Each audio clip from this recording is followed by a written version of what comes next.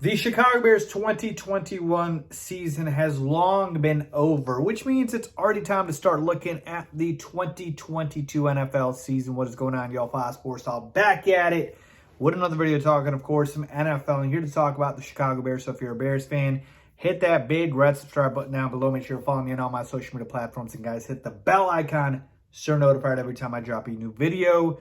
Let's get into it. Okay, so the 2022 season for the Chicago Bears, we already know the opponents, believe it or not. The schedule in terms of when the Bears will play what team, that's going to be released much later, right, out in the offseason and whatnot.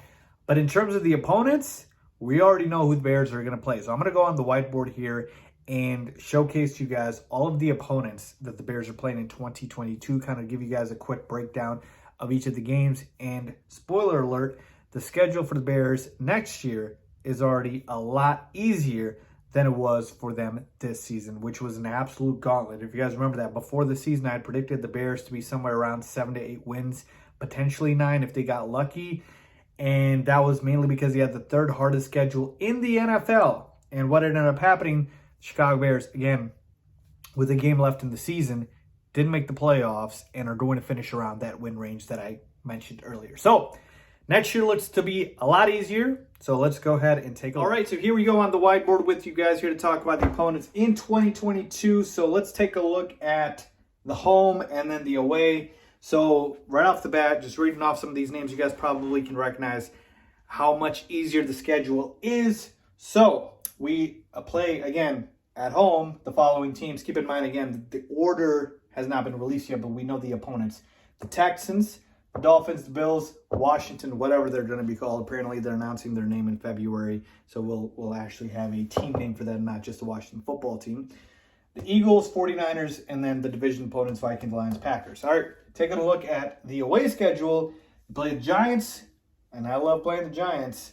Jets, Cowboys, Patriots, Lions, Vikings, Packers. And then right here is going to be a winner of the Saints-Falcons, which is happening in Week 18. So you play the third place in the NFC South, and it's going to be either one of those two teams, Saints or the Falcons. So that is TBD yet.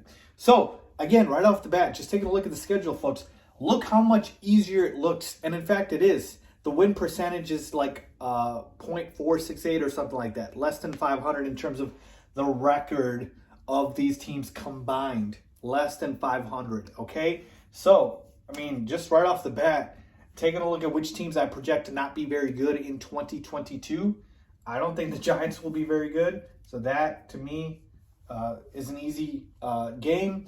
I don't think the Jets will be very good even next year. The Cowboys are a playoff team, so obviously that's a little tough there. Patriots are a playoff team. Lions, I don't project to be very good. Vikings, to me, somewhere in the middle. Again, they're always hovering around the playoffs. The Packers, obviously, a playoff team, number one seed in the NFC. And the Saints and the Falcons both are not playoff teams. The Falcons aren't, and the Saints probably won't. They have a shot to, but they probably won't. So what did I do? Let me put the check here. And then here we go. The Texans, again, I don't expect Deshaun Watson to be back. His legal situation is still not resolved yet, so I expect them to be still bad next year, so that should be an easy game. The Dolphins, I'd say somewhere in the middle. Again, Brian Flores and his team always plays tough, and they won 7 straight, lost 7 straight, so kind of in the middle there. Bills are a tough team. We already know that. A playoff team, Washington football team, somewhere in the middle again. They are not going to make the playoffs this year, but we know that they are decent. They're not awful. But again, I would not venture to say that's a hard game, to say the least. The Eagles are a playoff team, but I don't think it's a hard game. I'll do somewhere in the middle here. 49ers, again, somewhere in the middle, but they're a tough out at times. The Vikings, somewhere in the middle. Lions, easy, and the Packers are tough. So, if you could understand kind of the icons that I used here, a check mark for the easy matchups, a dash straight across for the mediocre matchups, and then the X for the tough matchups. So, you got the Cowboys, Patriots, Packers, Bills, and then Packers again, right? So how many tough games do we have next year? You've got 1, 2, 3, 4, 5. 5 tough games against playoff teams. And then how many easy matchups do you have? 1, 2, 3, 4, 5, 6. 6 easy matchups, if I got that right. Yep, 2, 3, 4, 5, 6. So 6 easy matchups. So let me write that down for you guys. 6 easy, right, against teams that I don't expect to be good. We got 5, 1, 2, 3, 4, 5 Packers twice. 5 tough. And then in terms of mediocre, 1, 2, 3, 4, 5, 6 mediocre matchups. Okay? So again, that adds up to 17 right there, 17 games. And the other good thing too is this year, I believe the Bears have 9 home games, so counted up 3, 6, 9, and then 3, 6, 8 away games. So more home games than away games. That is good.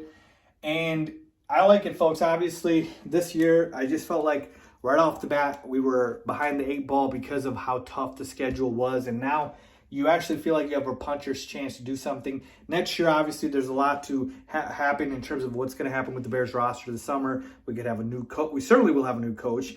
We could have a new GM. We could have a brand new front office. We could have a completely new roster. Really, everyone besides Justin Fields, for the most part, can be expected to, not be on the team. Who knows what happens? Again, there's guys like Darnell Mooney, David Montgomery, Cole Kmet. I get that, but no one's a lock besides like Justin Fields to stay. The whole roster could be revamped. We could trade away our veterans in Khalil Mack and Robert Quinn. We could keep them. Who knows? So again, we don't know the shape of the roster going into 2022. I'll put out videos talking about my thoughts on that. But it does help to know that you will have a shot to make the playoffs next year because the schedule is not a gauntlet like it was this season. Okay? So I like the schedule. I'm very happy with it. Let me know what you guys think. Leave a comment down below on your thoughts on the schedule now that you guys have seen it here. And I've broken down for you guys the easy, tough, and mediocre matchups. As always, thanks for watching.